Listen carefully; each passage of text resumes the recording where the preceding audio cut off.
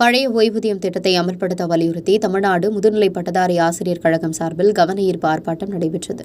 திருவள்ளூர் மாவட்ட அரசு மருத்துவக் கல்லூரி அருகே தமிழ்நாடு முதுநிலை பட்டதாரி ஆசிரியர் கழகத்தின் சார்பில் மாவட்ட செயலாளர் சரவணன் தலைமையில் கோரிக்கை முழக்க கவன ஈர்ப்பு ஆர்ப்பாட்டம் நடைபெற்றது.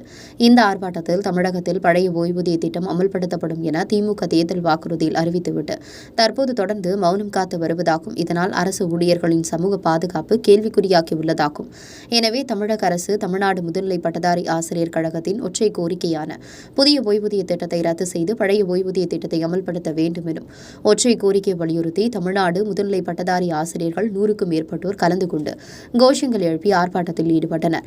இதனையடுத்து செய்தியாளர்களை சந்தித்த மாநில மகளிர் பிரிவு செயலாளர் சுபாஷினி பேசிய போது, தமிழக அரசு எங்களின் ஒற்றை கோரிக்கை நிறைவேற்றாவிட்டால் அடுத்தடுத்த போராட்டங்களில் ஈடுபடப் போவதாக தெரிவித்தனர்.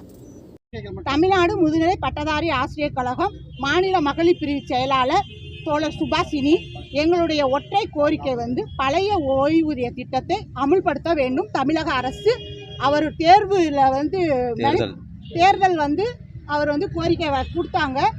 நாங்கள் தேர்ந்தெடுக்கப்பட்டால் பழைய ஓய்வூதிய முறையை அமுல்படுத்துவோம் என்று. ஸோ அதுக்காக நாங்கள் இதை போராடுறோம்.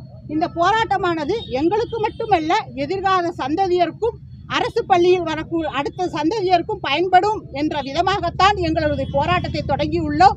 இது எங்களுடைய மனக்குமுறல்.